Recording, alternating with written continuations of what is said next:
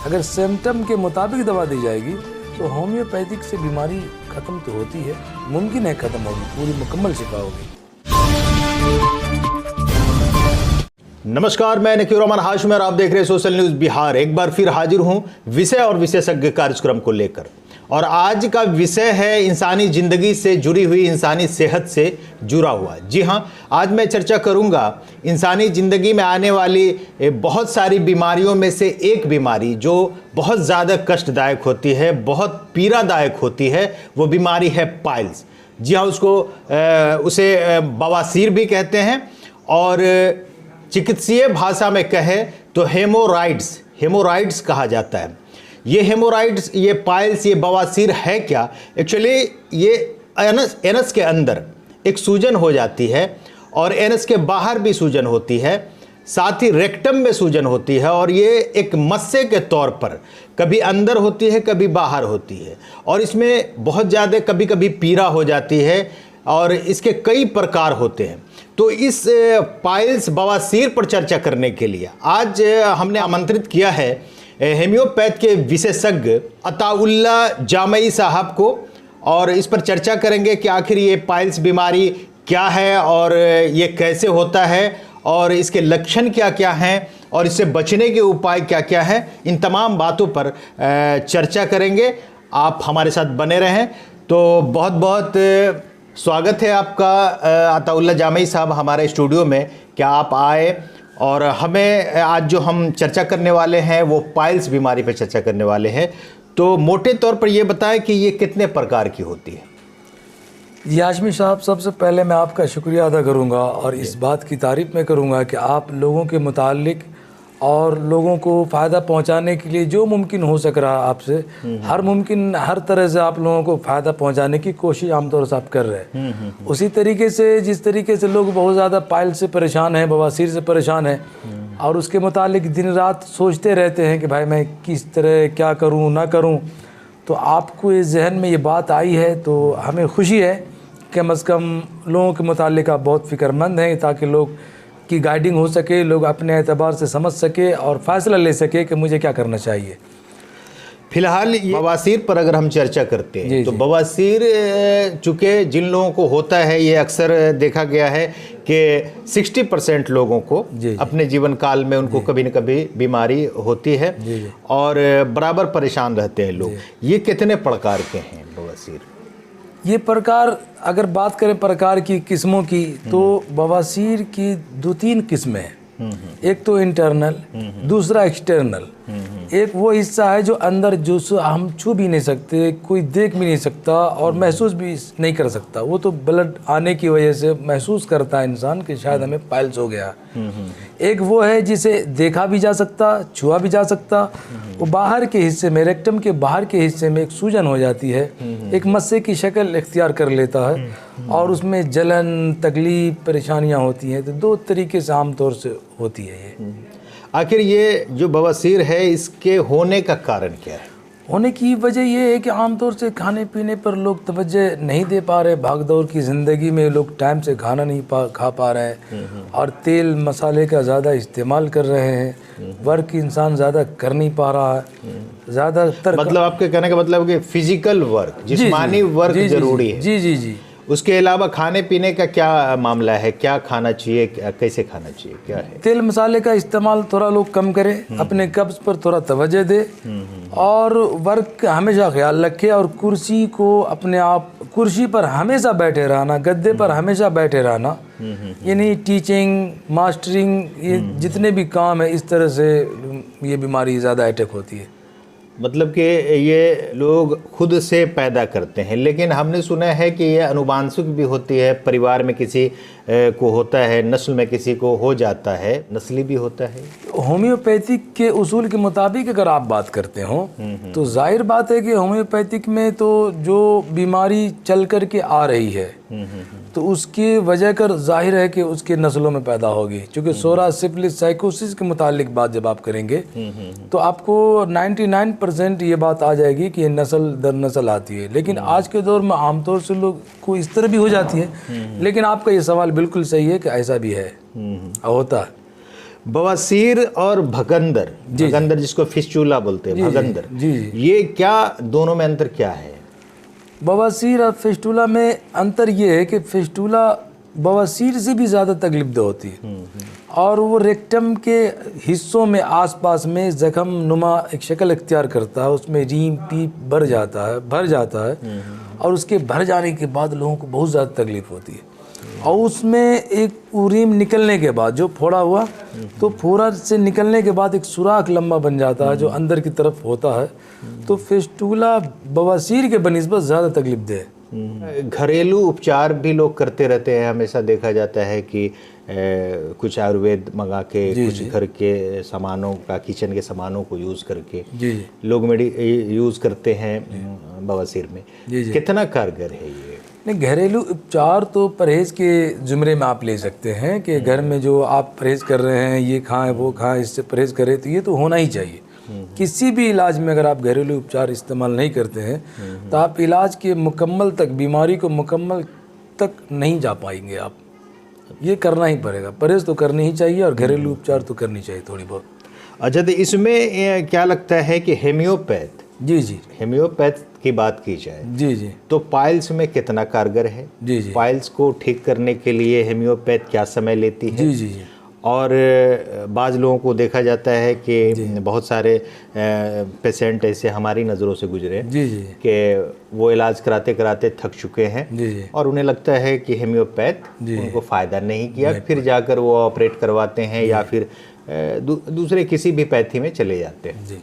क्या लगता है आपको, क्यों ऐसा है? ये सवाल आपका बहुत अच्छा है कि बहुत सारे लोग होम्योपैथी की तरफ मुतवज्जा होते हैं और वहाँ जाते हैं, इलाज भी करते हैं और फ़ायदा ना पहुँचने की शिकायत करते हैं। तो उनका शिकायत वाजिब है, लेकिन आप ये सवाल करें अगर कर रहे हों तो आपको फिर उसी नतीजे पर जाना पड़ेगा कि होम्योपैथिक किसी बीमारी के नाम से दवा तैयार नहीं किया जाता होम्योपैथिक में। फिर आपको उस उसूल के मुताबिक आपको आना पड़ेगा और सिम्टम्स के मुताबिक दवा को लेना पड़ेगा। तो आप अपनी बीमारी को डॉक्टर के पास मुकम्मल तरीके से बताएं, किसी बात को ना छिपाएं, हर तकलीफ को उनके सामने वाज़े कर दें ताकि आपकी दवा को सही तरह से सिलेक्शन कर सके। अगर सिम्टम के मुताबिक दवा दी जाएगी तो होम्योपैथिक से बीमारी ख़त्म तो होती है, मुमकिन है ख़त्म होगी, पूरी मुकम्मल शिफा होगी। क्या लगता है अताउल्लाह जामी साहब के कितने दिनों में हेम्योपैथ जी रोग के हिसाब से हेम्योपैथ समय लेती है या फिर कुछ इसके पास अपनी मेडिसिन ऐसी है जो एक गारंटी के साथ के इतने अवधि में इस बीमारी को ख़त्म किया जा सकता है? क्या लगता है? देखिए, इस बीमारी में अगर बीमारी बहुत दिनों से है, अब बिल्कुल पुरानी बन चुकी है, तो पुरानी बीमारी होने की वजह से होम्योपैथिक में भी वक्त लेगा, ऐसा नहीं कि वक्त नहीं लेगा। लेकिन अगर सिम्टम के मुताबिक दवा दी जाती है तो इंसानों को फौरन राहत मिलती है, इतना तो ज़रूर है। लेकिन बीमारी को ख़त्म करते करते थोड़ा सा वक्त लगता है, लेकिन ये बीमारी जड़ से ख़त्म हो जाती है अगर दवा को उस अंदाज में सिम्टम के मुताबिक दिया जाए। क्या लगता है कि हमने जो सवाल किया आपसे कि बीमारी की अवधि है कि कोई क्रोनिक डिजीज़ है, कोई किसी को पहली बार पता लगा है, तो फ़र्क भी होता है क्या कि बहुत दिनों के बाद अगर डॉक्टर इलाज करते हैं या फिर नए तरीके मतलब कि मालूम जैसे ही हुआ कि हमको पाइल्स हुआ, तो दोनों में क्या अंतर है ट्रीटमेंट करने में, इलाज करने में? क्या डॉक्टर को क्या सहूलत होगी? डॉक्टर को सहूलत ये होगी कि अगर वो पहली परेशानी में ही अगर वो पहुंच जाता डॉक्टर के पास कि जैसे उसको ज़ाहिर मालूम हुआ कि हमें इस शक हुआ कि ये बीमारी हो सकती है या इस तरह की मेरे साथ हुआ है परेशानी, तो 1-8 महीने की दवा काफ़ी है उसके लिए, है ना। चूँकि वो इब्तदा हुआ है, शुरू हुआ है, तो उसमें ज़्यादा वक्त नहीं लगता, 15 दिन 1 महीना काफ़ी है। और वही क्रोनिक डिजीज़ बन गई है, बरसों से चलता आ रहा है, तब तो एक कोर्स करना पड़ेगा, 5 महीने, 3 महीने, 6 महीने, जिस तरीके डॉक्टर सलाह देंगे नौइयत के हिसाब से उस तरह आपको दवा लेनी पड़ेगी।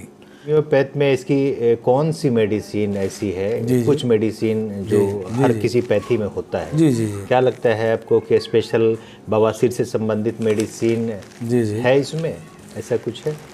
देखिए, आपको तो पहले मैं बता चुका हूँ और शायद आप हमसे बात इस मर्तबे इस मामले में दूसरी मर्तबा बात कर रहे हैं, तो होम्योपैथिक किसी बीमारी के नाम से दवा नहीं है। हाँ, इतना ज़रूर है कि एक दवा है नक्स भूमिका, अच्छा, उसका सिम्टम है पहली फुर्सत में कि अगर उसको कब्ज़ की शिकायत रहती हो और उसको सुबह पैखाना जाने में ऐसा लग रहा हो कि मुझे एक मर्तबा में इत्मीनान नहीं हुआ, फिर जाना चाहिए, दोबारा जाना चाहिए, तो ऐसी सूरत हाल उसकी बनती है। तो 200 में अगर 2 बूंद सोते वक्त इस्तेमाल कर ले, कुछ दिन तक कर ले, तो ये बीमारी मुकम्मल तरीके से ख़त्म हो जाएगी। इसी तरीके से नक्स के अलावा हेमामेलिस है एक दवा, अगर ब्लड उसका आ रहा हो लेकिन ब्लड का रंग ब्लैक यानी काला हो, तो इस तरीके के सिम्टम पर अगर इस दवा को ठट्टी में सुबह दोपहर शाम इस्तेमाल किया जाए तो इंशाअल्लाह अज़ीज़ मुकम्मल शिफा हो जाएगी। ठीक उसी तरीके से मिलीफोलियम एक दवा है, लेकिन उसका सिम्टम ये होगा कि ताज़ा खून, सुर्ख खून गिरे उससे। अगर इस तरह का मिल रहा हो सिम्टम उसका, तो आराम से ये दवा काम कर जाएगी और बीमारी भी ख़त्म हो जाएगी। लेकिन वही ठट्टी सुबह दोपहर शाम या मदर टेंचर में इस्तेमाल करे, ब्लड को फौरी बंद करता है। उसी तरह एक रेमेडी है फास्फोरस, उसका सिम्टम ये है सर कि अगर उसको पिचकारी की तरह ब्लड बाहर आ रहा हो, उसको महसूस पैखाना होने के बाद पिचकारी की तरह आ रहा है, तब इस सूरत में फास्फोरस ठट्टी 3 टाइम इस्तेमाल करें, इंशाल्लाह बिल्कुल ख़त्म हो जाएगा। अगर पैखाने के रास्ते में तिनके फंसने होने का एहसास हो, दर्द हो, कब्ज़ भी साथ में हो, एक दवा आती है कोलन सोनिया, ठट्टी में 2 बूंद सुबह दोपहर शाम इस्तेमाल करे, ये बीमारी बिल्कुल जाती रहेगी। और भी बहुत सारी दवाइयाँ हैं। अब जैसे एसिक्विलस एक दवा है, उसका सिम्टम ये है कि रेक्टम में भी पेन हो और कमर में भी पेन हो, यानी दर्द हो, तो एसिक्विलस इस्तेमाल करे। उसी तरीके से एक दवा है एपिसमेल, ठट्टी में इस्तेमाल करे, उसका सिम्टम ये है कि अगर ठंडा पानी से आराम मिल जाए तो एपिसमेल ठट्टी इस्तेमाल करे सुबह दोपहर शाम। फिर आर्सेनिक एक दवा, उसमें जलन ज़्यादा हो, परेशानी हो, गर्म पानी से आराम मिलता हो तो 200 इस्तेमाल करें। क्या लगता है बीमारी की खात्मा की जा सकती है होम्योपैथी? आपके सामने जितनी भी मैं दवा का नाम बताया और उस दवा का एक पहचान बताया, जैसे मिसाल के तौर पर एक दवा है आर्सेनिक एल्बम, अगर वो उसको गर्म पानी से आराम मिलता हो, अब बेचैनी हो, दर्द हो, इस्तेमाल करेगा ख़त्म हो जाएगा। मिसाल देते हैं आपको, एक दवा है रेटेनिया, और बवासीर वाला पैखाना करेगा, अब पैखाना करने के बाद तब उसके अंदर जलन, लहर, तकलीफ शुरू होगी, पहले नहीं। और रेटेनिया ठट्टी इस्तेमाल कीजिए 3 टाइम, उसकी बवासीर जाती रहेगी। जिस सिम्टम पर दवा बताई जा रही है, बिल्कुल सिंगल रेमेडी, सिंगल दवा इस्तेमाल करेगा। होम्योपैथिक की यही कमाल है आज कि सिंगल दवा इस्तेमाल करेगा सर, पूरी बीमारी को लेके वो ख़त्म कर देगा, इतनी सलाहियत इसके अंदर है। और अगर सिम्टम से हट करके आप दवा करते हैं, कम्बिनेशन इस्तेमाल कर लेते हैं, 2-3 दवा का इस्तेमाल कर देते हैं साथ में, तो वक्ती तौर पर आराम तो मिलेगा, लेकिन बीमारी जड़ से जाना मुश्किल है। इसलिए आप अपने नज़दीकी डॉक्टरों से मिले, बगैर नज़दीकी डॉक्टर से मिले हुए दवा का इस्तेमाल ना करें। और पेटेंट की सूरत में अगर आप इस्तेमाल करते हैं सर, प्रोडक्ट की शक्ल में, तो आराम तो मिलेगा, बीमारी ख़त्म नहीं होगी। तो आप ये समझ सकते हैं कि होम्योपैथिक सिंगल रेमेडी कितना मायने रखता। सिम्टम मिलने के बाद दिया जाए, कोई भी दवा हो, कोई बवासीर के लिए कोई ख़ास दवा नहीं है, लेकिन अगर सिम्टम के मुताबिक दवा दी जाए तो बीमारी ख़त्म हो जाएगी। तो आपका शिकायत वाजिब है कि लोग बहुत सारी दवा लेते हैं, इस्तेमाल करते हैं, फ़ायदा नहीं पहुंचता। उसकी वजह ये है कि डॉक्टरों को अपनी बात समझा नहीं पाते, बता नहीं पाते, उनको वक्त नहीं देते। किसी को बीमारी हो गई, जी जी, क्या करे वो, क्या खाए, कैसे बचे, क्या क्या मतलब उपाय कर सकता है, किससे बचना है और क्या करना है उसको? क्या बचने के लिए हो जाने के बाद बेहतरीन रास्ता उसके पास ये है कि वो खाने पीने में तेल मसाले का इस्तेमाल कम कर दे, अपने जिस्म को वर्क में रखे, फिजिकल वर्क करता है, फिजिकल वर्क करता रहे, और कब्ज से बचने की हमेशा कोशिश करे। अच्छा, कब्ज ना होने दे। अगर कब्ज होता है तो उसको रेक्टम में एक इचिंग पैदा होगा, सुबसुबाहट पैदा होगी, तो वो दवा जाकर के खा लेगा कीड़े का, कि शायद कीड़े की वजह से रेक्टम में एक इचिंग हो रहा, सुबसुबाहट पैदा हो रहा। लेकिन कब्ज की वजह से ये भी एक अलामत है पाइल्स की। लेकिन लोग उसको सुबसुबाहट की वजह से क्या करेंगे भाई? कीड़े की दवा खाएंगे। लेकिन होम्योपैथिक के डॉक्टर से मिले, रुजू करे, अपनी बातों को रखे, ना शर्माए, वाज़ेह तौर पर उसे कहे कि मुझे इचिंग होती है उस एनल में, यानी पैखाने के रास्ते में, और मुझे डर है कि बवासीर की शिकायत तो नहीं होने वाली है। डॉक्टर नतीजा और हालात देखकर दवा सेलेक्ट करेंगे, ठीक हो जाएगा बिल्कुल। वो होम्योपैथिक में हाशमी सर मुकम्मल तरीके से इलाज है, लेकिन शर्त है कि होम्योपैथिक के उसूल और ज़ाब्ते के मुताबिक दवा खाए, वरना पूरी ज़िंदगी दवा खाता रहेगा होम्योपैथिक को बदनाम तो करेगा, होम्योपैथिक के मुतालिक वो परेशान तो होगा, लेकिन बीमारी ख़त्म नहीं होगी।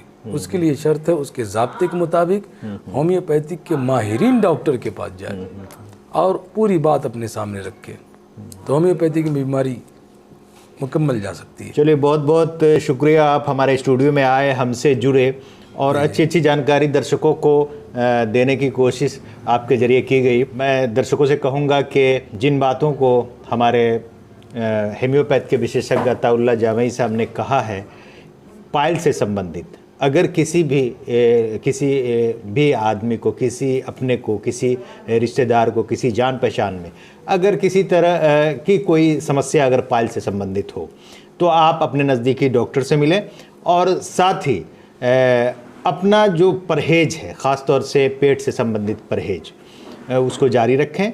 उम्मीद करता हूँ कि आपको इस विषय और विशेषज्ञ कार्यक्रम से कुछ न कुछ फ़ायदा मिलेगा। बहुत बहुत धन्यवाद।